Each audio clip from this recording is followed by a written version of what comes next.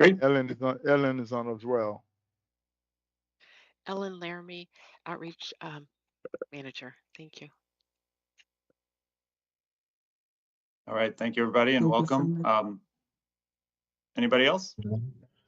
Hi, Karen Perez, Outreach Manager. Thank you all. My Good entire morning. team decided to join. Oh, we got one more. Sorry, good morning. Katie Hearn, Associate Director of the EPMO.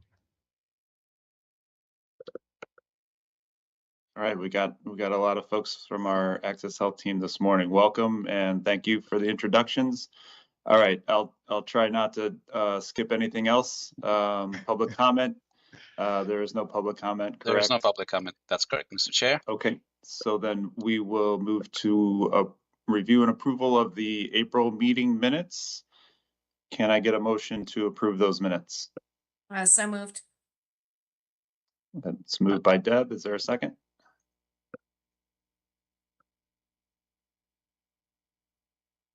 I will go ahead and second.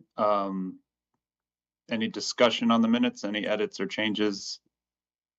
Hearing none, Martin, if you could take the roll call vote, please. Sean King, Yes. Deb Poland, Yes. Sheldon Taubman, Edison Ira. I have to abstain. I wasn't at that meeting. Okay, thank you. Maria Matos Yes. and Jacqueline Sanchez. Yes. Thank you. All right, that motion carries. The minutes are approved. And now I'm going to turn things over to Tammy, who is going to start with the Health Equity and Outreach Department update and then flow through a few other items for us. Go ahead, Tammy. Good morning. Thank you. Good morning. So, Tammy Hendricks, Director of Health Equity and Outreach. I have lots of good updates for you all today. It's been a very busy year for our department. A lot of exciting developments. So, starting out, the biggest change for us is the expansion of our team. We recently welcomed our new enrollment outreach specialist. I'm still trying to get the name straight. They're currently in training. We hired 4 new mobile enrollment outreach specialists. They're currently in training, and they will be fully ready to support the upcoming open enrollment period. And this team is really a big step forward for us. They'll be providing year-round enrollment and outreach support for our department, attending community events, working directly with consumers, but also supporting our navigators and certified application counselors. And in the past, that's been a big ask from our partners. They've struggled with providing the on-site enrollment. So this team really fills a critical gap there. And, as you know, over the years, our department has grown significantly. We now have well over 2,000 community partner contacts throughout the state. We've grown the Navigator program to now 6 navigators across the state. When I started in 2021, we had 2, which we were very fortunate for. But we've grown that program significantly. So this new team is really going to help us expand our reach even more and make it easier for consumers to get the help that they need. With this new tool, with this new team, we're also exploring some tools that will allow consumers to schedule with them directly so that they can book in person and get access to that in-person help and wherever the team is rotating to. So we're really excited about this expansion. It really strengthens our ability to meet people where they are, especially in those high-need communities that we serve throughout the state. But that's where we are so far with this team. A lot more to come as we get them fully trained, get some updates done to the website so that consumers can reach them directly, and get a rotating schedule for them. So they will be going to different community partners throughout the state. And we're really looking forward to it. So I'll pause here for any questions, feedback, comments. Any questions or comments for Tammy? Congratulations. Congratulations. And Thank you so yes, much. and anything we can do to help, we're here. Yes, and we appreciate your partnership as always. And we will fully take you up on that offer. So open enrollment is coming up. We have a lot of fairs and events in the works. So we will definitely take you up on that offer. Deb has her hand raised. Go ahead, Deb. Yes, thank you. I'm excited about the 4 new outreach specialists also. So consumers can book directly with one of them through the website. If organizations like a community health center wanted to have some of the outreach specialists come to them, what would be the process for them to contact Access Health to request that they come on site to an event? It Or would be just the in the same. lobby or anything? Yeah, it would be the same way they contact us to do presentations or meetings. Just go through Karen, the outreach manager, or Jesse, really anyone on the team, and we will add them to the schedule. And so we will let community partners know what the schedule is for the team, and we'll make our way around. But just send us an email. Okay, perfect. Yeah, easy peasy. And then, Tammy, there's going to be additional scheduling tools that folks can use to request the specialists. Yeah, so for our community partners, if they want to host an enrollment specialist on site, that's just contacting us and we'll add that to the schedule, and we'll make sure that we rotate equally throughout the state and help community partners equally. But for consumers, we're working on a specific scheduling tool where they can sign up, and there's a lot of features that we're exploring right now, but schedule based on where these enrollment specialists are so that they can meet them in person, but also offer virtual help as well. So we're still this very new exploring that tool. Okay. So we will have more updates as we make some progress on that. Do you have an estimated deployment timeline, or is it too soon to say? Well, we do want this before open enrollment. So Okay. The next few months, yeah. Sounds good. Thank you. Of course. Any other Sean, questions or comments? Very yeah, quickly, Sean, I just wanted to comment that we expanded Tammy's team because the need continues to grow, and again, we did all of this before the big whatever bill was signed by the president back in July 4th of this year.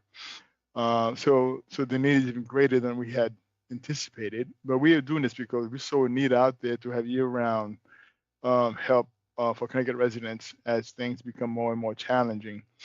Now they are even more challenging than we had ever imagined. So especially those folks who may be losing Medicaid and who may be kicked out of Medicaid, and some of our immigrant populations who are struggling to make sense of what's going on.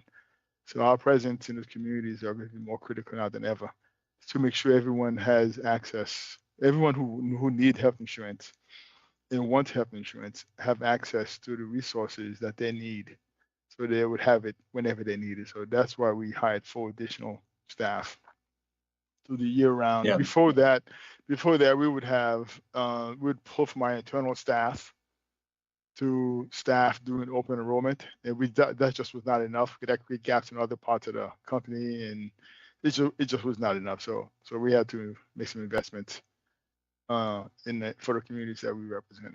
So that's how we got to where we are now. That's great. Thank you, James. And I anticipate that our office will be making referrals through those to those specialists. We welcome that, especially once the scheduling tool is live. Yeah, thank you.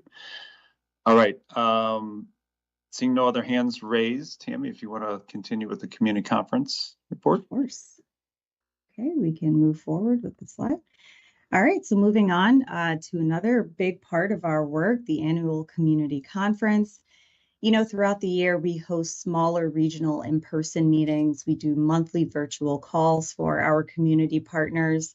but this event really brings everyone together. Our community partners, leaders, stakeholders, DSS, other agencies, even our brokers, all in one place before open enrollment. So this year we will be covering a few different topics. So obviously the big, beautiful bill is top of mind for everyone, what it means for our consumers and how our partners can help us communicate these changes. That's going to be really important for us to relay that information. Updates on outreach and how to make marketing, how our marketing campaigns, marketing campaigns that we run through open enrollment, how we're going to be tackling misinformation and giving the correct information. And we'll also cover system changes and upgrades. So our CACs and brokers are fully prepared for open enrollment. That's what we typically do every year. And then this year, we'll do a lot of highlighting of our Business Plus platform for small businesses. So we will have speakers and panels, and it's pretty well-rounded. But beyond the presentations, we are building in time for networking, collaborations. We have vendors come in from different agencies, different partner agencies, to set up tables and provide resources. So that's always fun. We make it interactive. In general, I think we see around upwards of 200 partners in attendance. So it's always a great space for learning, networking, collaborating. So we're really excited about it this year. Hopefully you can all join us at this year's conference, which will be in Old Saybrook. And I'm happy to share those details with you as well. And I'll pause here for any questions.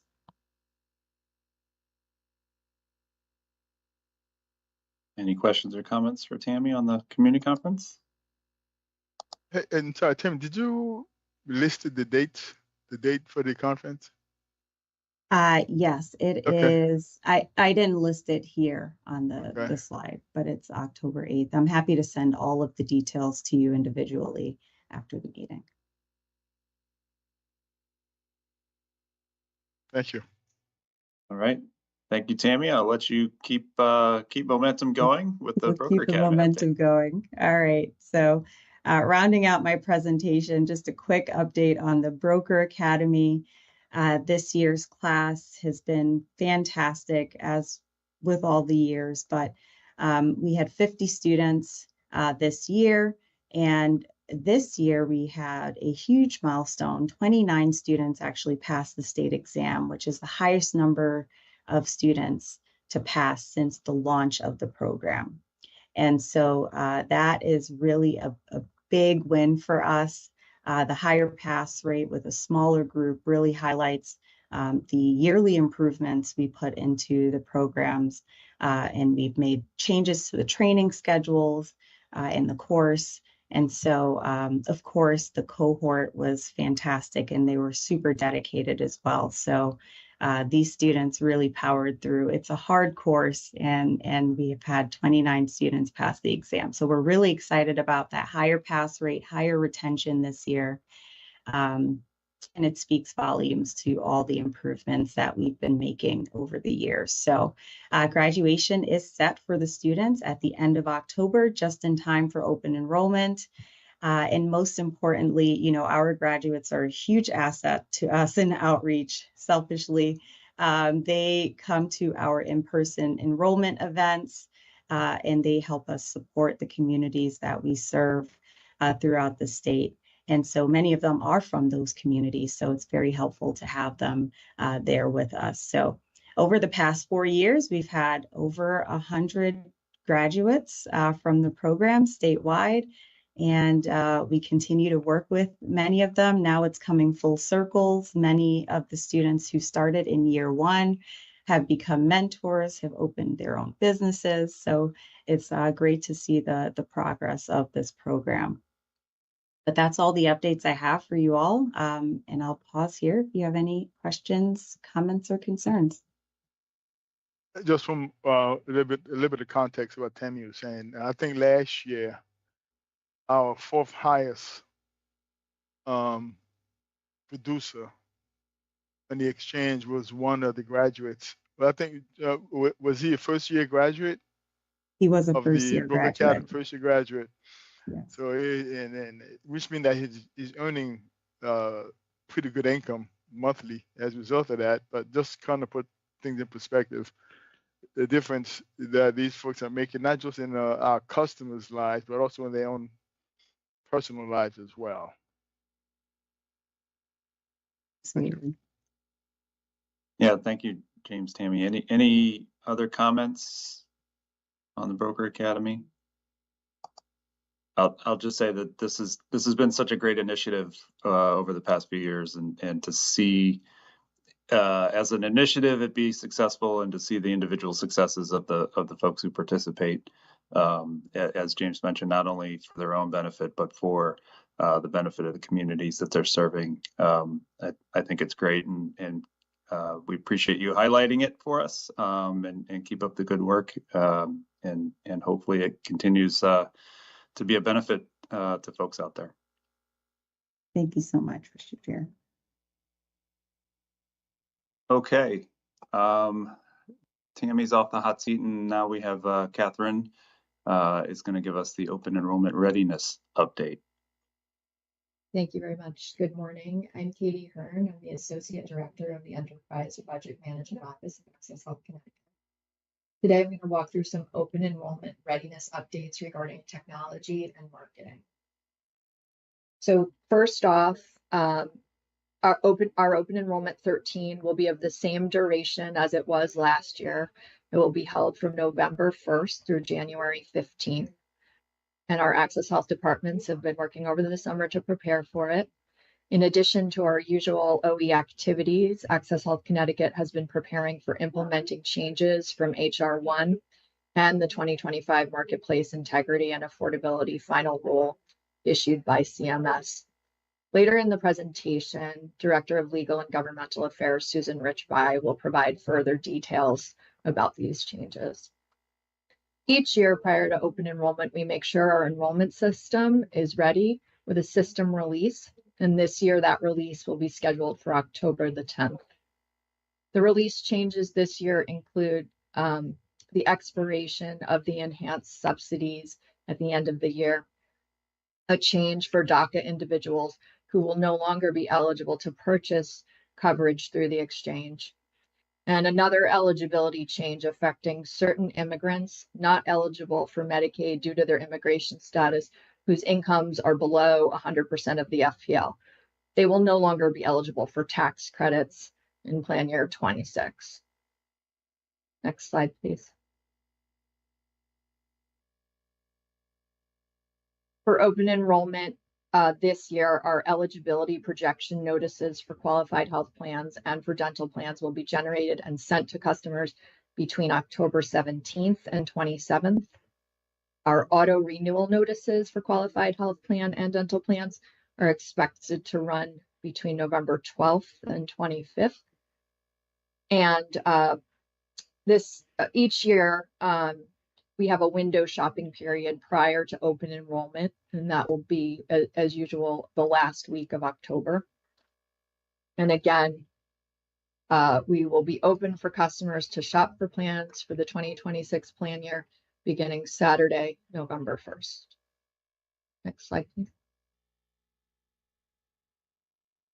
These are some updates from Director of Marketing, Caroline Ruette. I have some federal changes and then some OE specific marketing changes to cover. Access Health Connecticut has launched a federal changes landing page on the website.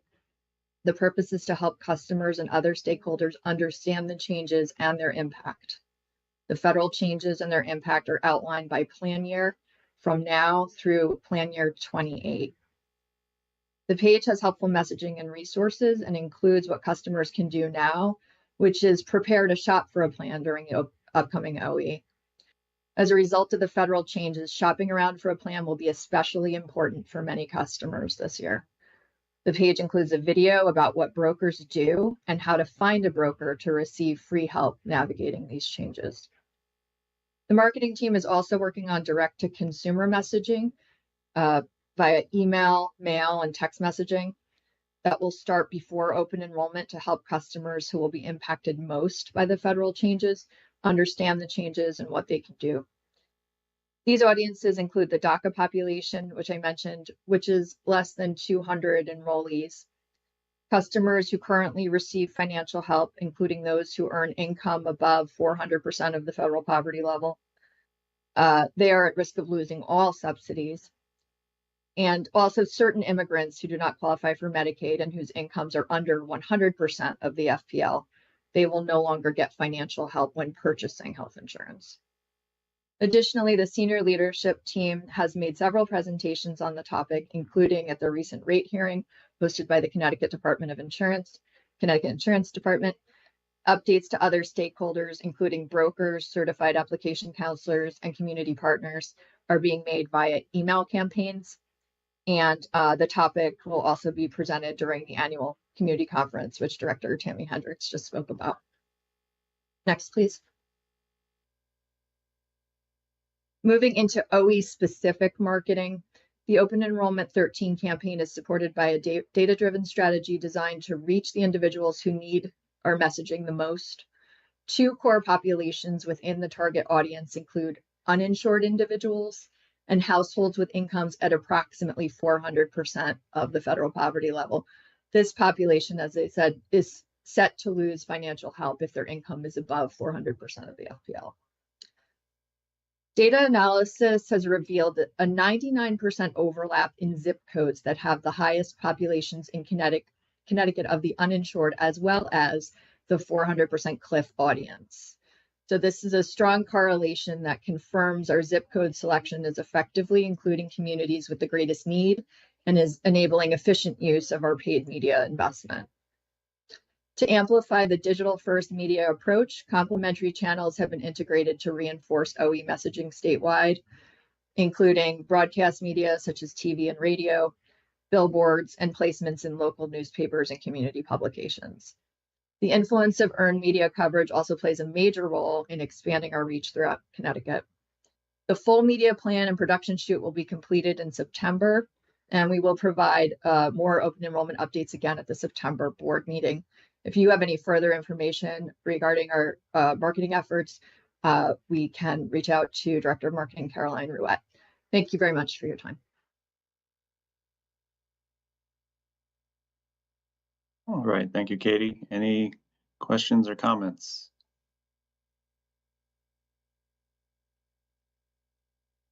Seeing no hands, we will move on with our agenda to a summary of federal changes and impacts to Connecticut residents by Susan. Thank you very much. We have a lot going on here, as we've been talking about today, and actually as of last Friday, a stay was issued in a case that even impacts us even more. So we'll take it from the top. Probably the item that people are thinking about the most is the One Big Beautiful Bill that was signed into law on July 4th. That has changes that will impact consumers, Medicaid, and also QHP consumers. And for QHP consumers, it starts for 2026, 27, and 28. Another big item that's dictating a lot of changes on the marketplace is the final rule on marketplace integrity and affordability that was published on June 25th, 2025. And the court decision I was just referencing, the case is called City of Columbus versus Robert F. Kennedy Jr. That came out last Friday, and that is a case filed by several cities and some medical groups challenging the implementation of some provisions in the final rule. So that one impacts some of the items in the final rule. And then the other big item that we've been talking about today, and perhaps maybe the biggest item across the board impacting the most people, is the likely expiration of the enhanced premium tax credits. These enhanced credits have been in place since 2021, and they are set to expire at the end of this year if Congress does not take action. If you go to the next slide, please. So as we said, high level, these are the three big items. So we've tried to break it down here to make it easier for people to digest, to look at the 2026 impacts first. So the bill will eliminate eligibility for financial assistance for consumers that are lawfully present but ineligible for Medicaid due to their immigration status. Those with income below 100% of the federal poverty level who normally would not be eligible for a premium tax credit, but they are because of this eligibility status. Starting in 2026, they will no longer be eligible for financial help on the exchange. They can still buy a plan, but it will be with no financial assistance. The final rule, as Katie and Tammy have mentioned, has a number of different impacts. One of those is ending eligibility for DACA recipients, and that is starting this year. That is starting shortly. We have a small number of DACA recipients who enrolled in Connecticut. Some states have much larger populations, but we'll do everything we can to reach out to these folks to make them aware of this unfortunate change. Another item, some of these items are impacted by the City of Columbus case. So this next one I have listed here, allowing carriers to require consumers to pay past due premium before they effectuate the plan for the new year. This was part of the stay. So this is on hold for right now. And some of the other items that are on hold for right now are some changes to the income verification process. And this other item that's listed here, the elimination of the special enrollment period for consumers with income below 150% of the federal poverty level. This one is not impacted by the lawsuit. And so this one is now in effect. That one went into effect on August 25th of this year. We are fortunate in Connecticut because of the Covered Connecticut program, which has year-round enrollment. We did not have a lot of consumers who needed or took advantage of the special enrollment. So for consumers at this income level, they still have the Covered Connecticut program available to them. And then, as we've been talking about, a big impact across the board, and we'll go into it with some more numbers in another slide, is the likely expiration of the enhanced premium tax credits. We do want to stress that all financial help is not going away. The original ACA premium tax credits will still be in place and the cost sharing reductions, but it does change the contribution percentages, so it makes subsidies less rich, and it also takes away eligibility for those with income over 400%. And this will increase the state's cost for the Covered Connecticut program because that is tied to the federal subsidies with the enhanced premium tax credits. You go to the next slide, please. So all of these different effects, we've tried to look at everything. Everyone's asked, what kind of impact is this going to have on your population? So based on our currently enrolled population, which is about 155,000 individuals, we estimate that over the next nine years, up to 2034, that it could possibly lead to 30 to 35% of this current population being uninsured. But we will do everything we can to hopefully help consumers maintain their coverage. And as we said, like we keep, trying to also message that all financial help is not going away, that the original ACA premium subsidies and cost sharing reductions will still be in place. You go to the next slide.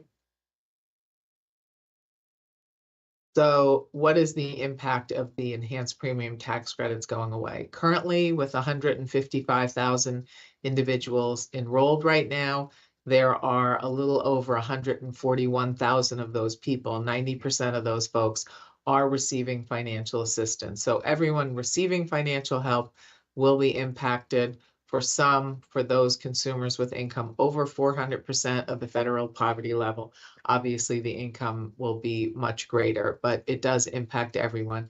And I believe James pointed out to us internally, I think we just this week crossed the threshold of having over 50,000 or 50,000 enrollees in Covered Connecticut, which is fantastic news for the state. But that's just going to be an impact for the state on the increased costs for those folks. You go to the next slide, please. Thank you. Something that we mentioned, one of the items for 2026, it's that consumers who are lawfully present, but they're ineligible for Medicaid because of their immigration status and they have an income below 100% of the FPL, who up until now have been able to get premium tax credit assistance and cost sharing reductions, they will no longer be eligible for this financial assistance starting in 2026.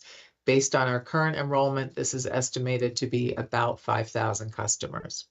So this is a pretty significant impact. You go to the next slide, they still will be able to enroll in coverage, but with no financial help. So with income at that percentage, obviously that would be a huge challenge.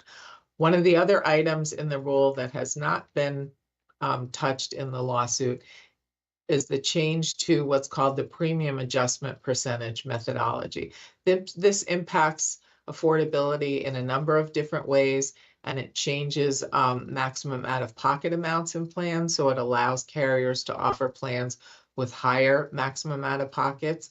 The carriers did file a few non-standard plans using those higher limits in anticipation of the rule being finalized. We just want to point out that for all of the Access Health CT standard plans, we did not use the higher percentages. We went with what the existing percentages were. So those maximum out-of-pockets did not increase as high as some of these other ones could have. But an analysis shows that this increase to the maximum out-of-pocket represents a 15% increase compared to the 2025 limit. So this is significant.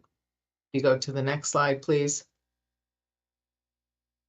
Also, something that is really going to have a big impact for consumers. Up until now, the ACA has provided protections, financial protections for lower income consumers with premium tax credit reconciliation. Everyone who gets a tax credit, as you all hopefully probably know, is required to file their tax return each year and reconcile whether they got the correct amount. For people who may have gotten excess premium tax credit amounts, more than they were eligible for based on their actual income at the end of the year, there were repayment caps that have been in place since the beginning of the ACA, protecting consumers with income below 400% of the federal poverty level. All of those repayment caps are going away as a result of the One Big Beautiful Bill.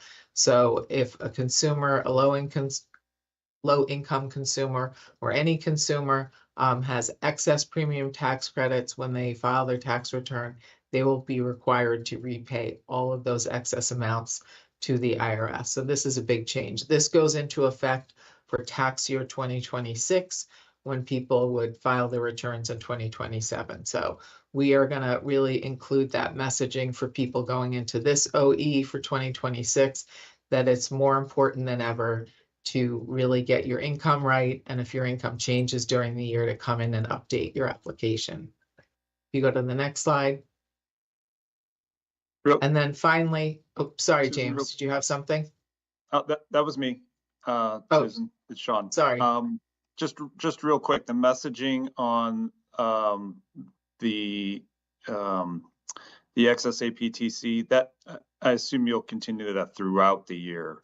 Folks Yes, as well, absolutely. just to make sure that they're constantly reminded to update their income so they don't find themselves in that position at the end of the year. Absolutely. Yes. Okay. We want to do everything we can. So Sean, we do that now. We do that continuously through our communication, but we just have to reinforce that as we go out throughout the year, because this should be real money coming out of people's pockets.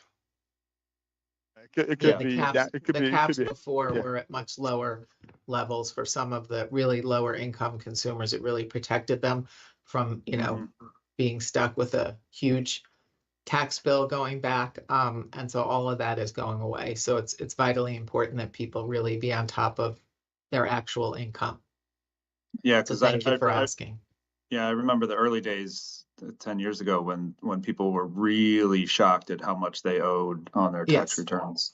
Yes. And so we want to avoid that again if we can for folks. Yeah. Thank you. And Sean, as you might imagine, that population that we work with, hardworking Americans who some of them the tax refunds is part of their annual budget for their families, and any impact to that at all could really through the entire family's budget or for the whole year. So that's why it's important that that they are aware of this so they could plan accordingly.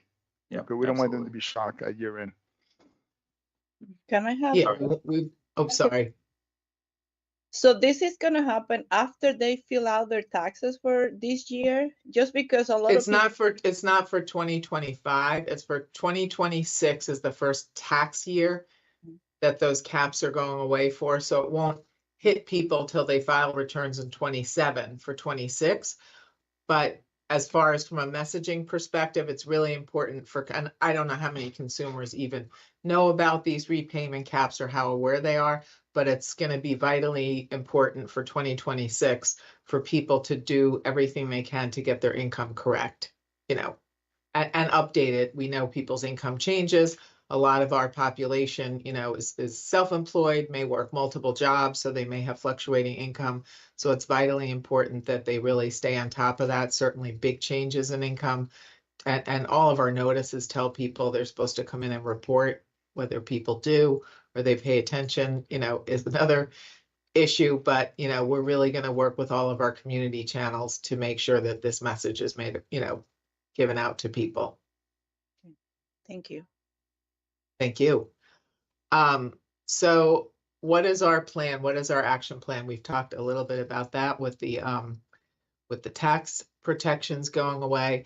So Tammy's team, Health Equity and Outreach, will, as always, follow their community first data-driven approach.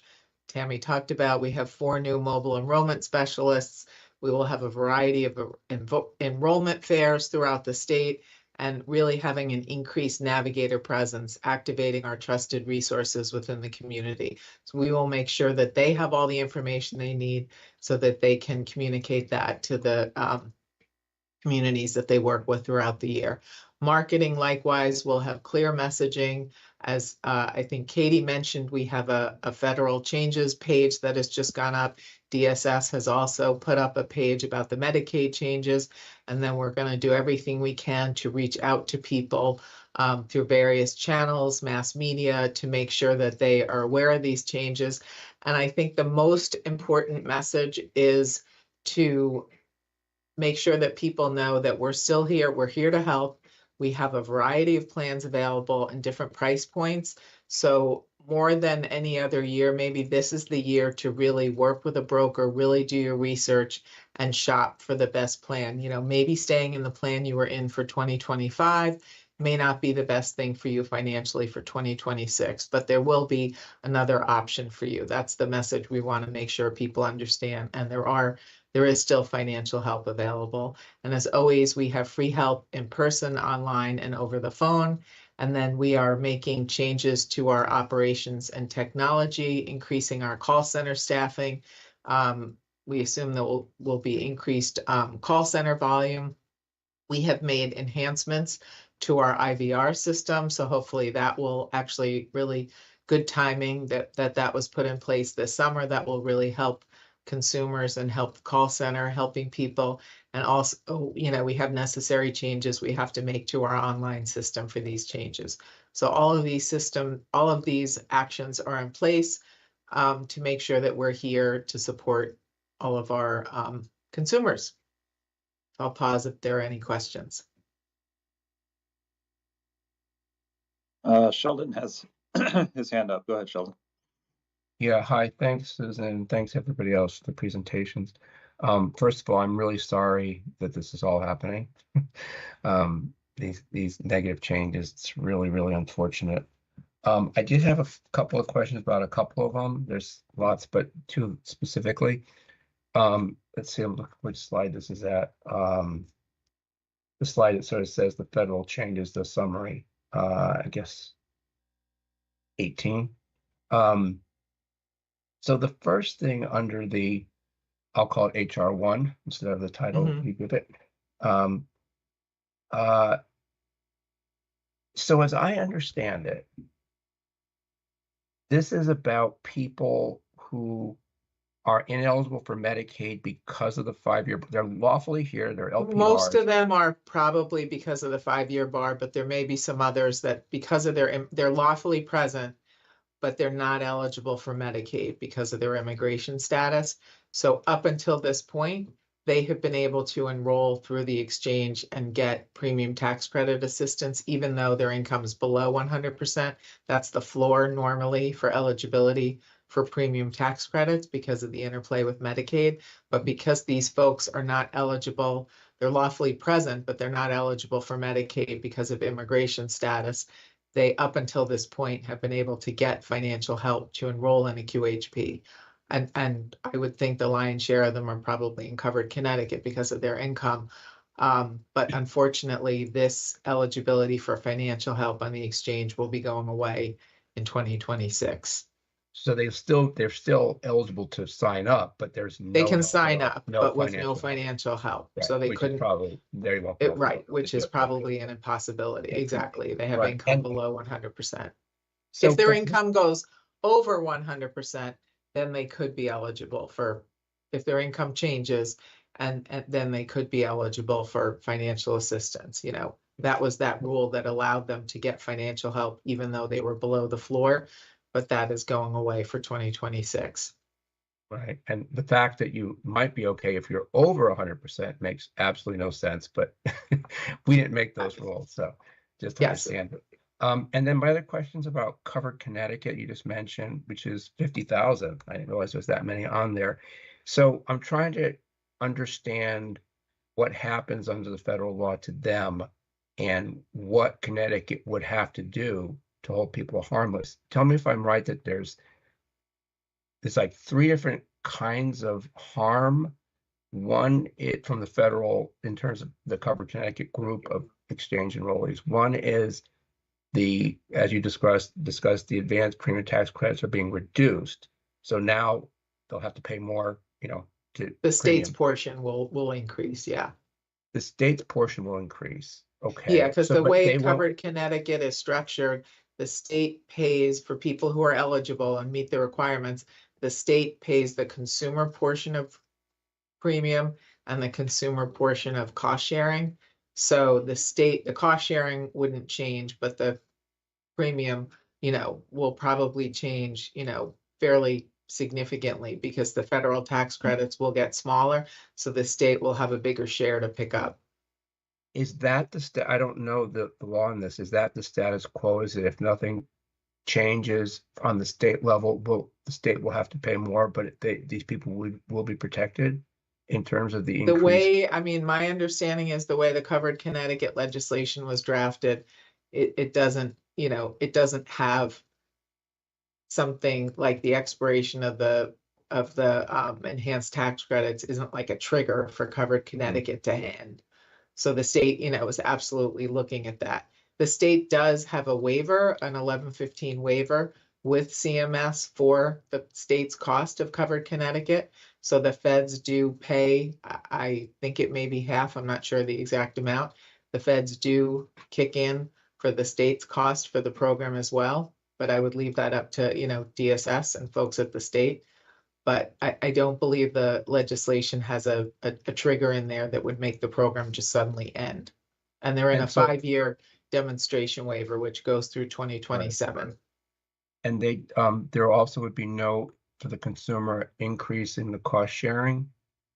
No, this doesn't change cost sharing. It's really the big change is the premium Okay. change. And then the last piece is in Covered Connecticut is coverage of certain services that are not normally available in exchange plans, but are covered under Medicaid, like dental and medical transportation. Are those not affected? No, I don't believe so, because that's part of the state's wrap, Right. it's not tied to So- the QHPs or the federal subsidies. Yeah, So again, not holding you to it, but you think the way this works is that the state then is on the hook for more. It's not that the individual will be required to, yeah. right. Okay. The way the program is structured right now, yeah, it would Right. increase the state's cost. And like I said, there are those 5,000 people that will lose eligibility for financial help. Most of them, I believe, are in Covered Connecticut. So that's something that the state is looking at as well. Right. So my other question is not in your presentation, but I'm sure you've thought about it, and that is in January 27, when the new horrendous work reporting requirements go into effect for Husky D. Where this is going to be a mess. We know that from Georgia and Arkansas. Right. Is the part about reporting your work or your exemption, is that going to be on the DSS side and the DSS call center? Yeah, Sheldon, that is DSS all, is working that is that all all out. DSS. Yeah, that is Yeah. all Medicaid. That's all Medicaid Okay, so requirements. that's So you know, that's a DSS. That's a no, DSS. no, has to I'm meet not the asking. I know it's a DSS requirement being posed by the feds. That's not my question. Who is going to be handling that? The individual, the thousands of people who say, I am working, how come you cut me? You know, that kind of thing. Who's going to be, or I'm trying to report my work stuff and you're not getting, or I'm exempt and you're not getting it. Will that be on the DSS side? Yes, DSS Okay. is responsible for doing all reporting involving Medicaid recipients, including the new requirements. Now, Okay. we'll be working collaboratively with DSS to help them out as much as we can. As you know, Sheldon, we are not allowed to expend any assessment dollars for Medicaid, for the Medicaid program. But we will be working with DSS. We started working with DSS specifically around this area, strategizing how to implement it. But they have a little bit of time to get that in place. But that has been worked on by DSS as we speak, and we will be there to support them in any way that they need our help. Okay, And thanks. I just wanted to know division. Yep. No, thank you. And just to note too, the bill does also state that if a consumer fails eligibility for Medicaid due to not meeting the work requirement or an exemption, they are likewise not eligible for financial help through the exchange. Yeah. So thanks they for reminding carried, me just about like they that. did with the other, they carried everything through, just like the other immigration changes, they carried them through for Medicaid through exchanges as well. Right. Yep. Thanks for reminding us about that one too. Sorry. Yeah, that's why we were just focusing on 2026 for now. We'll leave 27 and 28 for later, but yes. Yeah. Thank you for the Thanks a lot. questions. Appreciate it. Yeah, thank you, Sheldon. Good questions. Anybody else? Questions or thoughts? Thank you, Susan, for that thorough, comprehensive, and somewhat sobering report. With that, I'm going to turn it over to James for a brief update on strategic initiatives. Go ahead, James. Thank you, Mr. Chairman. Very quickly, Susan mentioned the call center. We do have a new call center contract that requires new technology to be deployed to make it easier, more efficient, and faster for customers to get access. And again, that went live on July 8th of this year, last month. And also, one of the features of the new contract is that we will have real-time language, different language translation in real time, as opposed to using the language line. The initial languages will be Spanish, Polish, I believe Portuguese, Haitian Creole. Those are the top 5 common languages connected right now. But more languages will be added. Again, this is using technology to do translation directly between the customer and our agent on the phone, as opposed to using a language line. That's been very, very well received. And also, Susan indicated that we have a new IVR where we are leveraging the latest technology to give our customers more options for self-service and communicating directly with our system, get the information that they need more quick, and also more efficiently and more timely. So again, more to come on that we continue to improve that process as we move forward towards open enrollment, but it is up and running. It's getting good results so far. The other initiative we have going on is the ICRA platform. This is we've labeled it Business Plus. This is where small businesses could use this new platform to enroll their employees directly into the individual marketplace if they meet certain criteria. That went live on July 1st of this year. It's a brand new platform with the Access Service is the only exchange that has developed this platform implemented across the country. This was created by the Trump administration during his first time in office to help small businesses get access to the individual market for their employees. And we are also working on developing a SHOP platform. This is a small group health insurance program for small businesses. And we're just starting that process to develop a new platform. Currently, we use a vendor's system that is not the most effective, most efficient way to give access to small businesses in Connecticut. So we are working with the same vendor that helped us develop the Business Plus platform, a small business group health insurance program, and that's gonna slate to go live next year, in the fall of next year. And the biggest one of all is our 10 Clicks project. 10 Clicks is the system we currently use to enroll individuals in health insurance as well as Medicaid, Husky.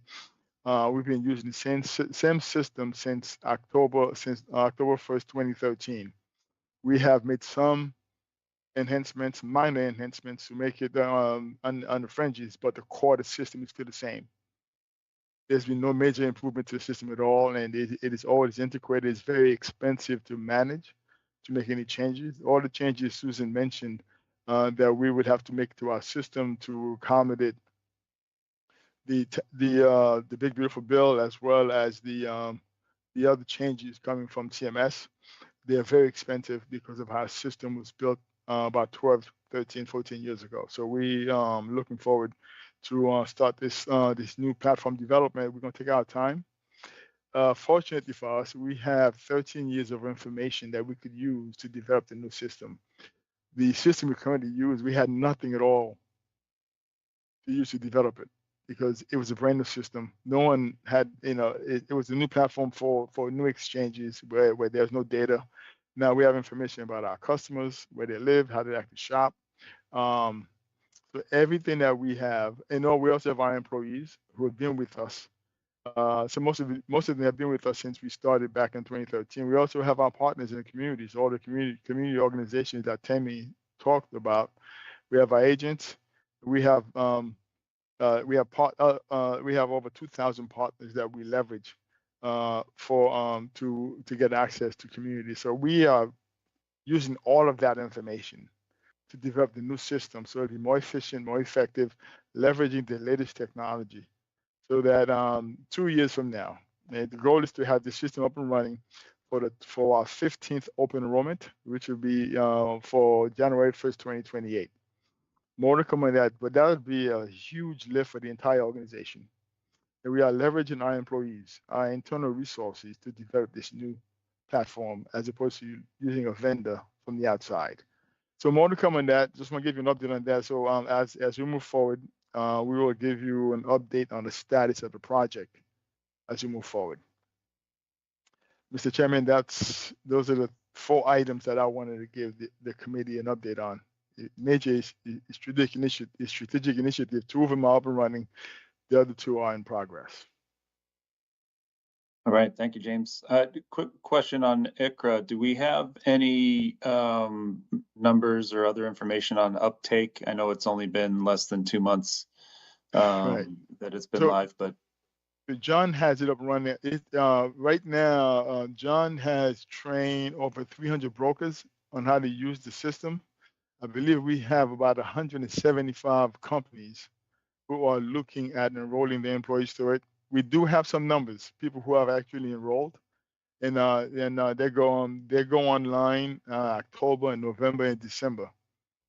But the big uptick for us will be the upcoming open enrollment is when we're really going to see some transition. The goal is to have between 5,000 and 7,500 new enrollees through small businesses by the end of 2026. Okay. All right, we'll look forward to more information on that as we get closer to the end of the year. Thanks. Yes, thank you. Any other questions or comments for James? All right, seeing none, and mindful of everybody's time, we're coming up at the end of the hour. At this time, I will solicit a motion to adjourn.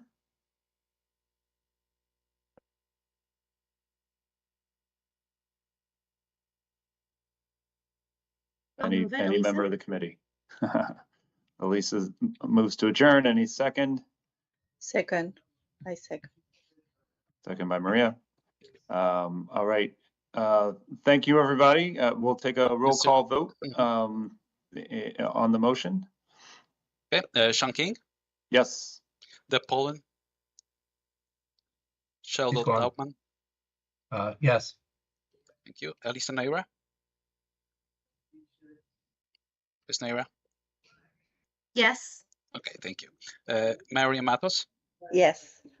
and Jacqueline Sanchez, Yes. thank you. All right. Motion carries. Thank you so much, everybody. Good to see you You're all. all- Thanks for the good discussion. Thank you. Thank you. See you soon in December. Bye-bye. Thank you. Everybody remember. Bye.